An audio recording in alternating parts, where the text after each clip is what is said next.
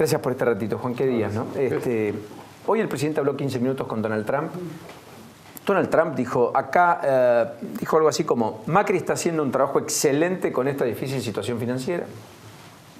Dio a conocer un comunicado donde dijo: confío en el liderazgo del presidente Macri, cuando hay muchos que puertas adentro lo objetan. Por lo tanto, lo más importante es que respaldó, supongo, la negociación con el fondo, confirmó que viene a la cumbre del G20, y Christine Lagarde, por la tarde-noche, hace un ratito, acaba de decir que esperan un pronto entendimiento con la Argentina después de que la primera comunicación era que era demasiado prematuro hablar de un acuerdo rápido. ¿Me pasan limpio esto? Hay hechos políticos que son importantes, o sea, conversar con el presidente de los Estados Unidos, hablar con la directora gerente del fondo, son todos elementos importantes. Ahora viene la parte técnica, digamos, hay que hacer el acuerdo y hay que comunicarlo a, de alguna forma, todos los mayoristas, es decir, los que compran bonos de Argentina, que hasta el momento no tienen una clara explicación de lo que se está haciendo, inclusive porque los propios PowerPoint que se presentan están en español y habría que ser un poquitito mejor, comunicar un poco mejor eso. Y eso es un paso que debería hacerse ahora, es decir, los funcionarios están en Washington, deberían ir a Nueva York y hablar, digamos, qué es lo que se está haciendo, cuál es el programa, más allá de que el programa a lo mejor va a ser aprobado dentro de 15 días, 20 días. Es decir, el fondo tiene sus tiempos. Es decir, esto no es una cuestión de 24 horas o 48 horas. Entonces, ¿qué se requiere? Se requiere explicar qué es lo que se va a hacer. Si se tiene la aprobación del fondo, no debería haber ningún riesgo de pagar la deuda argentina. Porque el riesgo de default sería cero con Macri presidente. A ver, sería una situación en la cual, aun si no se renueva buena parte de los vencimientos de deuda, se puede pagar hasta el capital. O sea, lo cual es, digamos, en general no se da. Imagínense que Brasil tuviera que hacer eso, que un país tuviera que renovar, no renovar, sino tenga que servir su deuda en forma inmediata. Eso no es posible. Bueno, en este caso, la cantidad de fondos que se están pidiendo, en el caso de tener el apoyo del fondo, eso estaría. De modo tal que en este momento, en general, los mayoristas no están tan preocupados. Necesitan más información, decir que no vencen 70.000 millones el año próximo y que no hay fondos para eso, sino explicárselo. Lo que hay es mucho nerviosismo a nivel minorista, digamos. Hay mucha compra de dólares, claro, pero la compra de dólares es por lo que se está viendo. Básicamente, los economistas que han estudiado el tema saben que un poco ese nerviosismo se produce cuando uno ve que el dólar sube. Entonces uno tiene la perspectiva de que todo va para arriba. Entonces, en ese contexto, uno tiene una demanda excesiva de dólares. Y es cierto que en este momento vienen aviones, cada 2 días están aterrizando aviones con dólares para nutrir a los bancos. Pero eso por digamos, la situación del público en general que no tiene por qué entender demasiado la situación. Y la regla para ellos probablemente sea, bueno, el dólar se estabiliza. Si se estabiliza, no tiene sentido salir a comprar. Pero bueno, el dólar para no se eso estabiliza, necesita el gobierno al menos 15 días con un dólar quieto en 40, qué sé yo. Se necesita... ¿Eso es lógico pensar? Se necesitan varias cosas. Se necesita que uno pueda convencer que tiene un buen programa, que el fondo apruebe, o sea, que esté esa aprobación. Se necesitan dólares para intervenir en el mercado, lo cual, digamos, no para bajar el precio, porque eso sería una tontería directamente, sino para pero ponerle un techo. Mantener cierta estabilidad, de modo tal que probablemente eso dé alguna tranquilidad al público y no se vea la perspectiva de esto se va para arriba. Pero la perspectiva va a estar mientras uno crea que esto es una crisis, que hay una crisis. Que tenemos una crisis. Si esa es la perspectiva, estamos fritos. Bueno, yo quiero mostrarle las placas que preparé para compartir con usted. Primero, la primera placa muestra los pronósticos, se conocieron hoy. Sí. La ponderación media de los consultores privados, personas como usted que muchos saben de esto, hablan de una inflación arriba del 40 y de una caída de casi el 2. Sí, pero cuidado con esto que estamos siguiendo algo que se está moviendo siempre para arriba. Es decir, ¿no? Digamos, como tenemos elementos de evaluación, las proyecciones de inflación empezaron en 27, 32, 36, 40. Yo le puedo decir que la proyección de inflación, por ejemplo, para octubre y noviembre, uno debería estar esperando entre 46 y 48, no 40. Digamos, y esto es simplemente... Hoy, perdóneme, sí, disculpe. ¿Piso es 40 y techo con suerte 50? Yo diría que el techo de 50 todavía está un poquito lejos, pero digamos el 48 no está demasiado lejos. Y la razón de eso, usted tiene 2 o 3 meses, tiene septiembre, octubre y noviembre, que van a ser meses de alta inflación, seguramente septiembre y octubre. No olvidemos que septiembre tiene el traspaso a precios de una parte de la devaluación, octubre tiene aumentos tarifarios más el traspaso a precios de la devaluación, y en este traspaso a precios hay mucho de movimiento inmediato, donde usted tiene, digamos, empresas que ajustan inmediatamente 15, 20 o 30% los precios. Ya no es 3%. Bueno, la nafta aumentó promedio el 10. Sí, un poco más ya este mes. Con picos del 12, sí, con lo cual efectivamente eso, una parte va a costo porque es flete que aumenta. Es la primera semana, además, Paulina. O sea, es un proceso en el cual uno... Fíjese que la devaluación año contra año está entre 130 y 140%, depende cómo la calcule. Entonces, eso le va a dar algún impacto a algunos precios que no van a subir 100%, pero van a subir 50%. Eso se mezcla con otros precios que van por abajo y se mezcla con las tarifas que van por arriba. ¿Okay? Entonces, todo ese promedio va a dar probablemente un poquito más del 40%, como estamos viendo ahí. Y la caída del PBI... Bueno, el gobierno ya emitió ayer un informe donde habla de una caída del PBI de 2.4. Nuestra estimación es la misma, 2.5. Es lo mismo. Cualquier número entre 2.2 y 2.5 se puede dar. Hasta hace 3 meses discutíamos si crecíamos 0.5 o el 1. Pero es que en así este mundo fuerte fue la reversión. Se mueven las cosas. Sí. El tercero y el cuarto trimestre son peores de lo que estábamos esperando. Básicamente porque una cosa es tener una inflación, digamos, de 36 y otra cosa de 46. Entonces, eso significa que básicamente una parte de los ingresos va a caer. Ahora, Juan, en ese contexto, las paritarias del 28 que parecían exitosas son un fracaso, que son las más altas, con lo cual todo va a estar en revisión. Bueno, le puedo decir algo, digamos, son un fracaso desde el punto de vista de los ingresos reales nuestros. Los ingresos reales crecen menos. Lógico. Son una forma de ajustar más rápido muchas de las cosas que hay que corregir. Argentina tiene, se lo digo en 2 palabras, tiene un exceso de consumo en relación con ahorro. Argentina ahorra muy poco. Ahorra poco. Y ahorra poco significa que, mire, de los 100 que uno tiene de ingreso, o lo ahorra o lo consume. Bueno, acá, si el ahorro es poco, es que el consumo es mucho. Bueno, hay mucho consumo público, del sector público, no le queda duda porque tiene un estado elefantiásico, y también privado. Entonces, parte de esto es una corrección que lamentablemente se está produciendo en 48 horas en lugar de producirse a lo largo de 10 años. Este es el problema. El problema es que el que consumía y deja de consumir no va a estar contento. No, eso está claro. Políticamente, lo que está ocurriendo al gobierno le es casi letal, salvo que la reversión implique que las expectativas cambian de manera dramática y entonces el gobierno recupera aire para afrontar una campaña. Está claro que este no es un programa económico. Esto es digamos, usted tiene que hacer algo para enfrentar el problema. El problema es un programa de estabilización con suerte. Mire, básicamente lo que estamos encontrando es que en Argentina tenemos un nivel de deuda que es insostenible. Insostenible significa que es impagable, o sea, no lo quiere financiar nadie. Perdón, ni usted ni el resto del mundo. O sea, si lo financiara el resto del mundo, fantástico. Pero como no lo financia el resto del mundo, lo va a tener que financiar usted. ¿Sabe cómo? Y bueno, de la manera que se pueda. Eso significa insostenible. Deuda insostenible significa que usted tiene que achicar esa deuda. Y lo malo que tiene que hacerlo en 48 horas. 48 horas son. La otra placa es, antes de algunas consultas de Gustavo y demás, lo que pasó como resumen financiero del día, que siempre nos gusta. El Central hoy tuvo que vender 358 millones de dólares para sostener arriba de 40 el dólar en las casas de cambio. El dólar en Banco Nación terminó en 40. El Colmoney andaba, el préstamo entre bancos arriba del 70, el descuento de cheques en 70, la tasa de referencia en 60.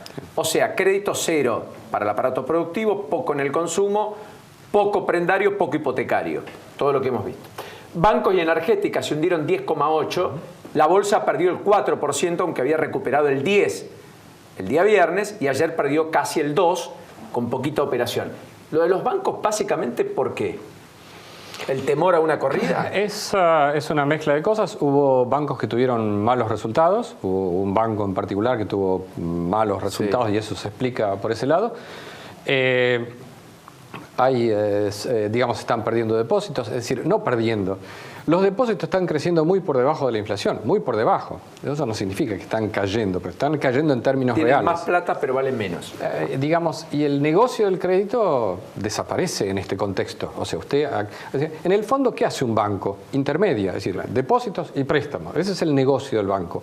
Bueno, si usted no presta, ¿a dónde está el negocio? Hoy tiene gente que le lleva la plata, pero no tiene quien le pueda prestar. Por lo tanto, toma plata al 10, presta al 20, el negocio es el 10, pero efectivamente muchos le dejan al 10, pero nadie le toma el 20, o muy pocos. Y lo que va a pasar es que probablemente los spreads van a aumentar, va a aumentar la diferencia entre tasas activa y pasiva. Va a haber una cantidad de cosas que van a ocurrir que significan que el negocio financiero, digamos, en esta etapa no es el mejor. Standard & Poor's bajó la nota a 10 empresas argentinas de primerísima línea y las acciones cayeron hasta el 16% en Wall Street.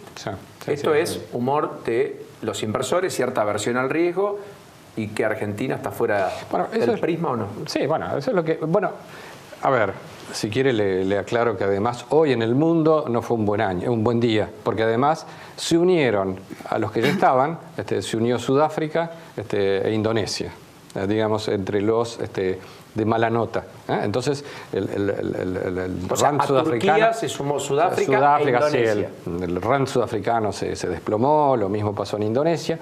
Es decir, el mundo está complicado. Usted tiene que salir, quiero decir, el gobierno y, digamos, los funcionarios que están en este momento en Washington, digamos, tienen que explicar la situación, así como no ha sido completamente explicada en Argentina. Bueno, hay que explicarla bastante mejor ante los fondos de inversión, que en el fondo son los que hay que los que no tienen que salir de Argentina. Esa es la idea. ¿Le hizo ruido que Caputo no haya viajado, el presidente del Banco Central, a acompañar a Duhovne y se haya quedado acá muy pendiente del movimiento del dólar y demás?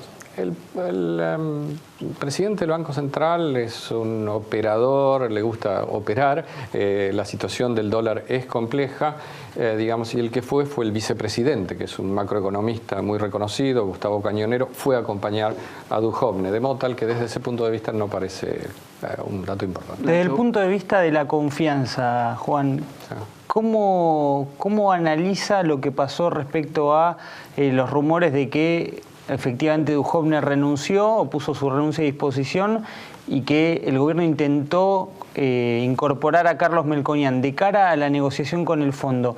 ¿Lo deslegitima esa situación? ¿Llegan esas noticias a Washington?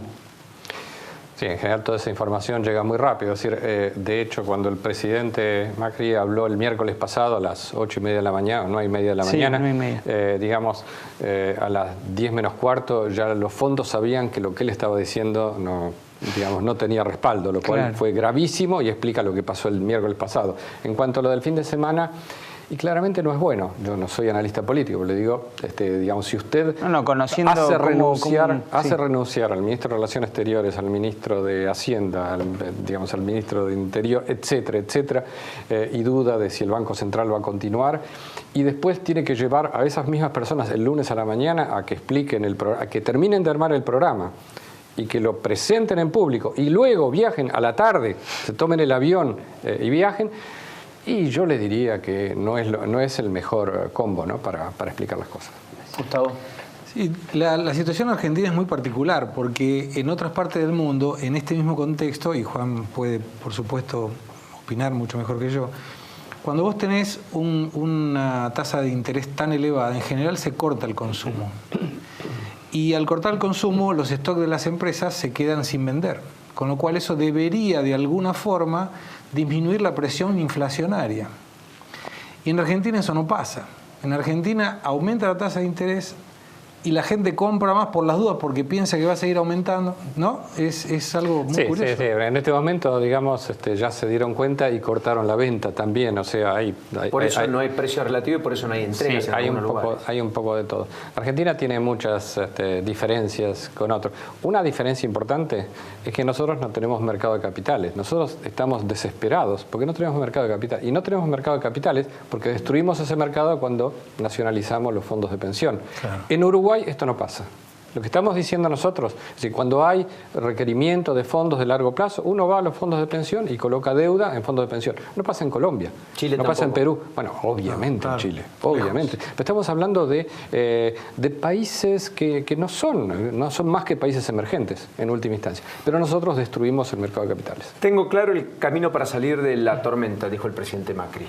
Bueno, digamos, es claro que hay que hacer una cantidad de cosas. La pregunta si eso es suficiente o no dependerá de, digamos, de si uno convence a todos de que efectivamente tiene los instrumentos, ¿no? ¿Estuvo allí en Parque Norte? ¿Un ratito? No, No. estoy trabajando. Escucharon, ¿no? Al pasar. Sí, Estoy sí. trabajando. Pobre Sica, ¿no? Se le cayó el ascensor, pero diga que era del entrepiso con otros empresarios, no pasó a mayores. Lo único que le faltaba al gobierno era que antes Sica, uno de los ministros empoderados, termine por... Pero ahora además es ministro de Trabajo, Sica. Sí, más energía. Sí. Trabajo, claro. energía. Era lo que él había pedido cuando asumió. Es un superministerio. Sí, sí. Dicen que su discurso esta mañana envalentó a algunos empresarios. Prometió bajar las tasas de interés, tomar medidas activas a las pymes. ¿Hay mucho voluntarismo, cree usted? En eso sí, pero ¿qué discurso podemos esperar en la Asociación de Industriales? Uno tiene que decir que algún día la tasa de interés va a bajar, ¿no? Hablando de industria, lo último. Los datos de hoy no son felices. Tampoco hablan de una crisis terminal, pero es para mirarlo ya con preocupación. A ver, julio, tercera caída, 5,7 abajo. En el año, 0%. Venía creciendo fuerte, se planchó. 0. Los primeros 7 meses del año. Con este ritmo, obviamente, la segunda parte del año, los 5 meses que restan van a ser muy negativos. Es el tercer mes consecutivo de caída, vale la pena decir. Sí, sí. La industria tiene un periodo de baja de actividad y parte se explica por el tema de los stocks. Tienen muchos stocks. La forma de deshacerse de stocks es parar la producción.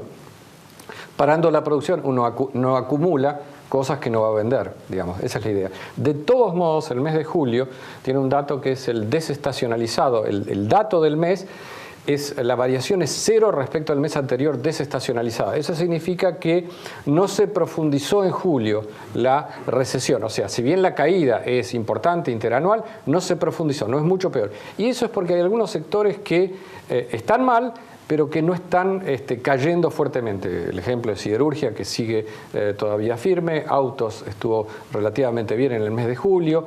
Minerales, la parte de construcción, que uno la ve mal hacia adelante, hasta ahora sorteó bastante bien la cosa. Entonces, los datos del segundo semestre van a ser malos, en industria tienen que ser malos para caer los stocks, pero no han sido tan dramáticos como uno podía esperar. Perdón, lo último. Este día de retenciones distintas, no son porcentuales, son raras, digamos. Es 4 pesos por cada dólar exportado y 3 pesos por cada dólar exportado, según sea el caso de productos primarios o productos elaborados y hasta de servicios que no habían hasta aquí pagado jamás retenciones, etcétera. Y que se podrían eventualmente licuar a medida que el dólar sube, ¿no es cierto? Sí, claro. Porque son 3 pesos por dólar exportado. Con lo cual, si el dólar es mucho más alto, los 3 pesos van a ser menos plata, digamos. Sí. ¿Es una buena medida? ¿Es original? ¿Es creativa? O... No, pero lo que pasa es Difícil de entenderla. Lo que pasa es que uno necesita plata, digamos, y si necesita plata la pregunta es dónde la va a ir a buscar. Lo más fácil es ir a buscarla donde está. Por eso apareció en alguna vez el impuesto a los débitos bancarios, porque no es un buen impuesto, pero se le ocurrió a alguien que, ya que hay una transacción, ¿por qué no la cobramos? Y así aparecieron muchos impuestos. Bueno, las retenciones son un pésimo impuesto, pero no se olvide que además de las retenciones aumentamos, es decir, dejamos de bajar el impuesto al trabajo, que también es un mal impuesto. O sea, las dos medidas importantes que se tomaron fueron impuestos a la exportación y no bajar los impuestos al trabajo, sino en realidad subirlos. Con lo cual son dos medidas malas, pero la pregunta es, ¿tenía otra alternativa? Bueno, si usted no tiene la plata, tiene que reducir el déficit, tiene que encontrar algo en que cobrar rápidamente. Bueno, se encontró en eso. No olvidemos después de todo que después de una devaluación de 100%, 130%, los 4 pesos todavía le dejan un margen importante a todo exportador, ¿no? Eso es importantísimo. Juan, gracias. Ese tema es importantísimo porque cuando vos exportabas un vaso en febrero te daban 20 pesos y el mismo vaso hoy te dan 40 pesos. Con lo cual, si vos le retirás esta retención, la rentabilidad de ese mismo producto vendido hoy que vendido en febrero es mayor. El punto, humildemente creo que la utilización de esa retención parte de una premisa equivocada, porque si vos, en vez de hacer 4, pones $1 para promover exportaciones, generas una masa crítica de venta mayor, lo cual te daría más recaudación. Pero Argentina no está promoviendo sus exportaciones a pesar de haber ganado una ventaja competitiva importante. El productor de vaso te va a decir igual que su costo respecto a febrero también aumentó. Pero no en la misma proporción, no en la misma proporción. Ciertamente, No en la misma pero proporción. después podemos discutir, porque vos le estás... Cuando empezó a acomodarse, si es que venía de la mala cosecha por la sequía o por la inundación, y empieza a tener un precio que le es representativo y que va a tener utilidades, en ese momento... Bueno, no, pero espere, ahora va a ganar mucho. Perdón, cuando yo perdí... Nadie me dio, claro. Y ahora que voy a ganar, me la sacás. Por eso, si yo te digo, yo te voy a pedir parte de lo que vos estás ganando, pero otra parte yo te la voy a devolver para que vos vendas más, hay una contrapartida. No, yo estoy con vos. Lo que quiero decir es, justamente, el empresario en la Argentina es casi un héroe nacional. El buen empresario, no el de los cuadernos, no el que hace negocio a costilla del Estado, no es el que vive pendiente de un decreto, de una ventajita o de un negocio que se lo dejen, ¿no? Y de esos hay pocos, no muchos. Por eso te iba a decir pocos, porque en los cuadernos pero aparecen bueno. todos. Hay muchos empresarios, no creas, hay muchos empresarios en el sector agropecuario, hay muchos empresarios en todo el interior. Muchos más los buenos que los malos, está claro. Los grandes, por ahí, los más visibles, Claro. podemos discutirlo. Juan, gracias. Ahora sí, muy gentil.